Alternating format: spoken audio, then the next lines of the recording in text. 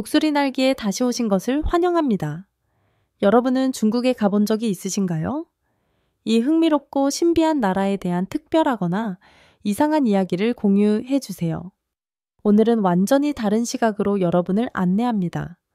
바로 중국에서 유출된 영상 시리즈로 우리가 상상하는 것과는 전혀 다른 암울한 현실을 보여줍니다. 과연 이 진실은 무엇이며 왜 듣는 사람마다 놀라움을 금치 못할까요? 오늘의 발견을 함께 알아봅시다. 중국 정부 비판자들을 위한 고문 의자. 중국 정부의 반대 세력 탄압을 상징하는 가장 충격적인 도구 중 하나는 바로 호랑이 의자입니다. 이 의자는 신문과 고문에 악명 높게 사용되는 도구로 정부가 반대 의견을 억누르고 비판자를 침묵시키기 위해 사용하는 잔혹한 수법을 단적으로 보여줍니다. 루아의 사례는 특히 섬뜩합니다. 그의 유일한 죄는 소셜미디어에서 반대 의견을 표명한 것이었습니다. 그 결과 그는 가혹한 신문을 당했으며 호랑이 의자에 신체적으로 구속당하고 자신의 비판에 대해 반복적으로 사과하도록 강요받았습니다. 이 사례는 정부에 대한 미미한 반대 표현조차도 심각한 처벌로 이어질 수 있는 억압적인 패턴을 드러냅니다. 리진의 경험은 이러한 방식의 어두운 면모를 더욱 여실히 드러냅니다. 전직 부동산 거물이자 충칭에서 한때 가장 부유한 인물 중 한 명이었던 리는 6일 동안 지속된 신체적, 심리적 고문을 겪었습니다. 이는 자백을 강요하고 4천만 위안을 갈취하기 위한 수단으로 사용되었습니다. 이 사건은 처벌적 조치와 경제적 착취가 교차하는 소름 끼치는 현실을 보여줍니다.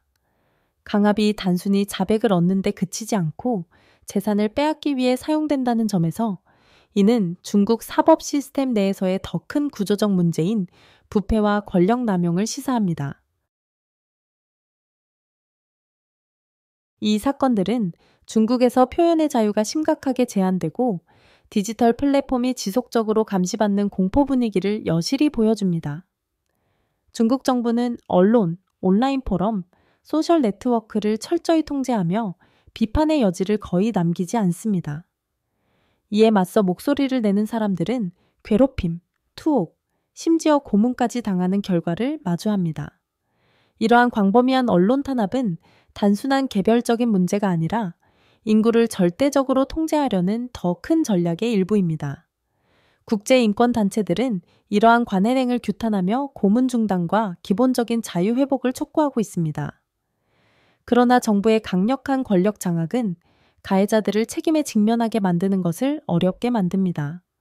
전 세계적인 비난에도 불구하고 이러한 관행이 계속되고 있다는 점은 이러한 통제된 정치체제에서 인권 침해 문제를 해결하는 데에 따르는 깊은 어려움을 보여줍니다.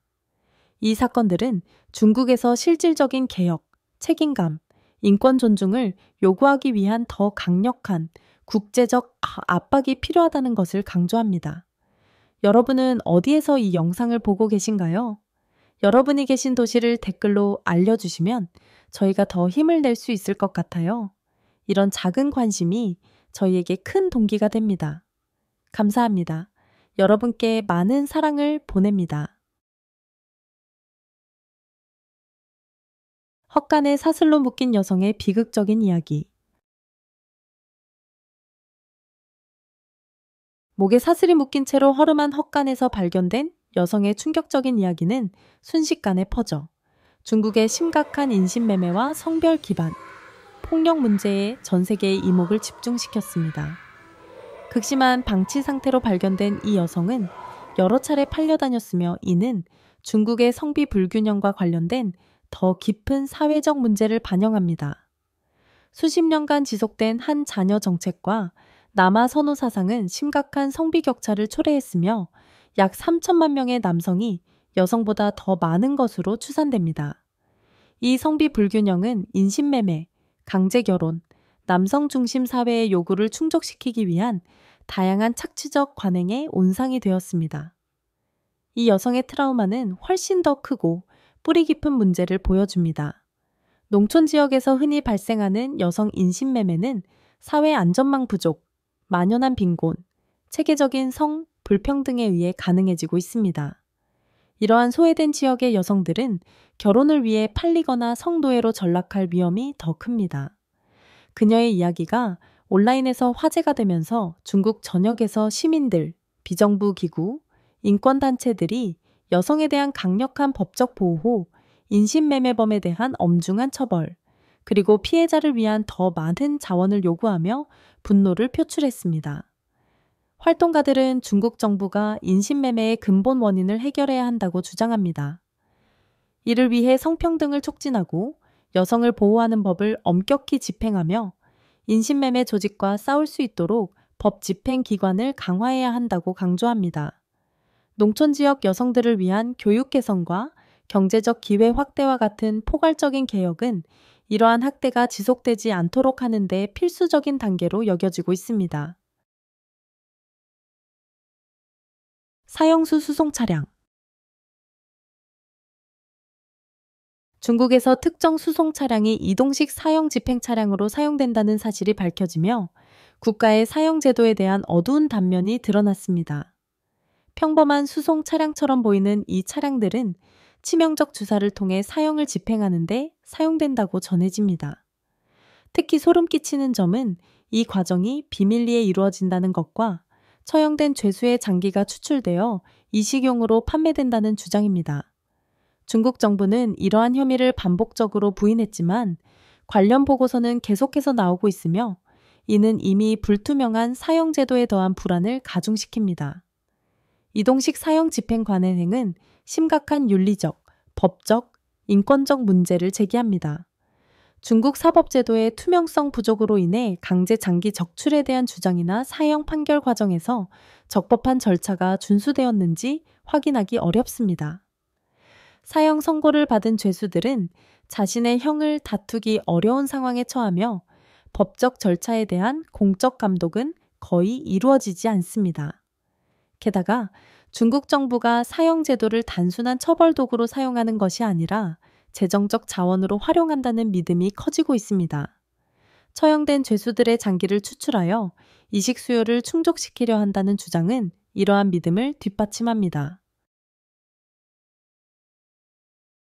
국제감시단체들, 특히 휴먼 라이츠 워치, 휴먼 라이츠 워치와 국제 엠네스티, 엠네스티 인터내셔널은 이러한 관행을 강력히 규탄하며 이동식 사형 집행 차량 사용과 장기 밀매 의혹에 대한 독립적인 조사를 요구했습니다. 이들은 중국이 비밀스러운 처형을 중단하고 법률 및 형벌 제도에서 더 큰 투명성을 제공하며 보다 인간적인 정의 접근 방식을 도입해야 한다고 주장합니다. 국제사회는 중국의 국제 인권 기준을 준수하고 사형에 대한 더 엄격한 규제를 채택할 것을 지속적으로 촉구하고 있습니다. 사슬에 묶인 여성의 사례와 이동식 사형 집행 차량 모두 중국의 체계적인 개혁 필요성을 강력히 보여줍니다. 인신매매 문제부터 사법제도에서의 법적 투명성 부족까지 이러한 사안들은 여전히 표면 아래에서 계속되고 있는 심각한 인권 침해를 드러내며 국제사회의 관심과 정의와 책임을 촉진하기 위한 공동 노력을 요구합니다. 위구르족 탄압. 최근 역사에서 가장 심각한 인권 문제 중 하나는 중국 내 위구르족이 겪고 있는 고통입니다. 머리가 깎이고 손이 묶인 수백 명의 위구르 남성들이 강력한 경찰 감시 아래 이동되는 영상은 이 소수민족이 직면한 억압적 상황을 적나라하게 보여줍니다. 이들은 이른바 재교육 캠프에 수용되어 강제 동화 프로그램에 참여하고 있는 것으로 알려져 있으며 고문, 강제노동, 문화 및 종교 유산의 파괴에 대한 보고가 이어지고 있습니다. 국제 관측통과 인권단체들은 이를 문화적 집단 학살로 규정하며 위구르 정체성을 말살하고 이들을 지배적인 한족 문화에 동화시키려는 시도라고 비판합니다. 대부분의 위구르족이 거주하는 신장 지역은 세계에서 가장 첨단화된 감시 체계를 갖추고 있으며 얼굴 인식 기술, 지속적인 감시, 종교 활동에 대한 제한 등이 시행되고 있습니다. 전 세계의 반응은 중국 관리들에 대한 제재에서부터 유엔 조사를 요구하는 목소리까지 다양합니다. 그러나 이 위기의 규모와 중국 정부의 학대 부인은 국제적 옹호 활동의 큰 도전 과제가 되고 있습니다. 인식 제고 캠페인, 강제노동과 연관된 제품에 대한 소비자 불매운동, 정치적 압력은 정의를 위한 싸움에서 여전히 중요한 역할을 하고 있습니다. 소셜미디어를 조작하는 본 농장. 중국 내 본 농장의 폭로는 디지털 공간이 여론을 통제하기 위해 얼마나 조작되고 있는지를 보여줍니다.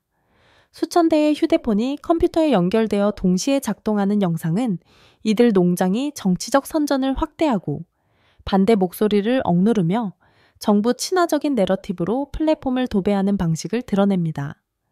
이러한 관행은 국내 문제에만 국한되지 않습니다. 본 농장은 홍콩 시위, 대만 주권, 위구르 사태 등과 같은 주제에 대한 전 세계 여론을 조작하려는 시도와도 연결되어 있습니다. 이러한 조작의 정교함은 온라인 담론의 진정성을 훼손하며 진짜 의견과 조직적으로 기획된 캠페인을 구분하기 점점 어렵게 만듭니다. 전 세계의 소셜미디어 플랫폼들은 이러한 조작과 싸워야 한다는 압박에 직면하고 있습니다. 기업들은 계정 인증, AI 기반 모니터링 같은 대책을 시행했지만 본 농장의 규모와 적응력은 이러한 노력을 종종 능가합니다. 이는 디지털 허위 정보 문제를 해결하기 위해 국제적인 협력이 필요하다는 점을 강조합니다. 가짜 가난으로 얻은 온라인 명성. 극심한 가난 속에서 사는 모습을 연출해 큰 명성을 얻은 한 젊은 여성이 결국 거짓으로 밝혀지면서 일부 소셜미디어 인플루언서들의 기만적인 행태가 드러났습니다. 개인적인 이야기를 공유하며 온라인 명성을 쌓는 시대에 그녀의 조작된 고난 이야기는 시청자들의 동정심과 상당한 금전적 지원을 이끌어냈습니다. 하지만 진정한 고통을 개인의 이익을 위해 악용한 그녀의 행동은 심각한 윤리적 문제를 제기합니다. 이 사례는 인플루언서 경제 전반의 더 큰 문제를 상징합니다. 진정성과 엔터테인먼트의 경계가 종종 희미해지는 상황에서 좋아요, 공유, 스폰서 계약을 얻기 위한 경쟁은 일부 인플루언서들이 주목받기 위해 고난을 과장하거나 조작하는 지경에 이르게 합니다. 이러한 경향은 현실을 왜곡할 뿐 아니라 가난이라는 심각한 문제를 이익을 위한 도구로 전락시켜 그 가치를 훼손합니다. 이러한 행동은 온라인 콘텐츠의 신뢰성을 약화시키며 특히 진정으로 가난과 어려움을 겪고 있는 사람들의 실제 경험을 경시할 때 심각한 해악을 끼칩니다. 이 문제는 디지털 콘텐츠 제작자들에 대한 신뢰를 약화시키며 관객들이 진정한 목적과 자기 홍보를 위해 악용되는 경우를 구별하기 어렵게 만듭니다. 많은 인플루언서들이 사회적 문제에 대한 인식을 높이기 위해 노력하고 있지만 이러한 사건은 그들의 진정성 있는 노력을 가리기도 합니다. 소셜미디어 플랫폼은 이러한 기만적인 행태를 방지하기 위해 중요한 역할을 해야 합니다. 플랫폼은 투명성을 보장하고 조작을 방지하며 시청자를 오도하는 인플루언서들에게 책임을 묻기 위한 더 엄격한 규정을 시행해야 합니다. 동시에 시청자들도 과장된 이야기를 더 비판적으로 바라봐야 합니다. 온라인에서 제시되는 내러티브를 그대로 받아들이기보다는 특히 가난과 같은 민감한 주제를 다룰 때 그 콘텐츠의 진정성을 의심해 보는 것이 중요합니다. 비판적 사고를 장려하고 책임감 있는 콘텐츠 제작을 촉진함으로써 온라인 커뮤니티는 보다 정직하고 윤리적인 디지털 환경을 조성하는 데 기여할 수 있습니다. 신비로운 바다 생명체. 최근 몇 년 동안 중국의 한 해변에서 기괴하고 으스스한 바다 생명체로 보이는 영상이 등장해 화제를 모았습니다. 불길한 인간형 실루엣과 이세계적인 외형을 가진 이 생명체는 영상을 통해 빠르게 확산되며 그 기원에 대한 수많은 추측을 불러일으켰습니다. 일부는 이를 외계 생명체의 잔해라고 주장했고 다른 이들은 유전적 돌연변이나 환경적 요인으로 인해 발생한 돌연변이 해양 생물일 가능성을 제기했습니다. 영상이 온라인에서 확산될수록 미스터리는 더욱 심화되어 소셜미디어와 과학 포럼에서 끝없는 논쟁이 이어졌습니다. 그러나 곧 전문가들이 나서서 현실적인 설명을 내놓았습니다. 이 생명체는 아마도 드문 해면동물로 분해 과정에서 특이한 형태를 띠게 되었을 가능성이 높다는 것이었습니다. 이 설명은 어느 정도 명확성을 제공했지만 생명체에 대한 대중의 매혹을 완전히 잠재우지는 못했습니다. 과학적 해명이 이루어졌음에도 불구하고 이 영상은 여전히 많은 사람들에게 흥미를 끌고 있습니다. 이는 미지에 대한 인간의 지속적인 관심을 보여주는 한편 바이럴 미디어가 미스터리를 증폭시키고 대중의 상상력을 자극하며 사실과 허구의 경계를 흐리는 역할을 한다는 점을 시사합니다. 많은 이들에게 이 생명체의 이미지는 바다가 여전히 품고 있는 광활하고 탐구되지 않은 신비의 상징으로 남아 있습니다. 황금다리 메추라기의 신비. 귀저우성의 한적한 시골 지역에서 이상한 현상이 수천 명의 관심을 끌었습니다. 깊고 우렁찬 소리가 산속에 메아리치자 현지 주민들과 관광객들은 이 소리가 전설 속 용의 울음소리라고 믿으며 외딴 산악 지역으로 몰려들었습니다. 많은 이들은 이 소리를 강렬하고 신비롭다고 묘사하며 고대 전설과 초자연적인 사건에 대한 상상력을 자극했습니다. 점점 더 많은 사람들이 이 지역에 몰리자 당국은 신비로운 소리의 출처를 조사하기 시작했습니다. 모두를 놀라게 한 사실은 그 소리가 전설 속의 용이나 신화적인 생물이 아니라 작고 눈에 띄지 않는 황금다리 메추라기의 울음소리였다는 것이었습니다. 이 메추라기들은 번식기 동안 낳고 울리는 울음소리를 내는데 이 소리가 마치 거대한 동물의 울음소리처럼 들릴 수 있습니다.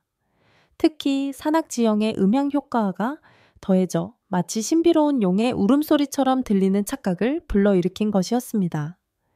이 사실이 밝혀지자 초자연적인 현상을 기대했던 사람들은 안도하면서도 약간 실망한 반응을 보였습니다. 그러나 이 이야기는 중국에서 신화와 자연 세계가 얼마나 깊이 연결되어 있는지를 보여주는 사례로 동물과 전설이 종종 얽히는 현상을 드러냈습니다. 이는 현대에서도 스토리텔링과 지역 전통이 자연 현상을 해석하는 방식에 큰 영향을 미칠 수 있다는 사실을 상기시켜 주었습니다. 황금다리 메추라기의 신비는 현대 기술이 고대의 신비를 풀어내는데 미치는 영향을 둘러싼 논의를 불러일으켰습니다. 스마트폰과 소셜미디어의 도움으로 사람들은 이제 이러한 현상을 기록하고 공유하며 조사할 수 있는 능력을 갖추게 되었고, 이는 보다 현실적인 설명을 가능하게 하면서도 여전히 미지에 대한 매력을 간직하게 합니다. 오늘의 에피소드는 여기까지입니다. 여러분은 이 유출된 영상 중 어떤 이야기가 가장 충격적이었나요? 신문 캠프의 충격적인 장면, 신비로운 바다 생명체, 아니면 산에서 들려온 이상한 소리였었나요? 여러분의 생각을 댓글로 남겨주시면 함께 이야기 나눠 보아요. 영상을 재미있게 보셨다면 좋아요와 구독을 눌러주셔서 다음 에피소드도 놓치지 마세요. 시청해주셔서 감사드리며 다음 영상에서 다시 만나 뵙겠습니다. 그때까지 모두 건강하시고 안녕히 계세요.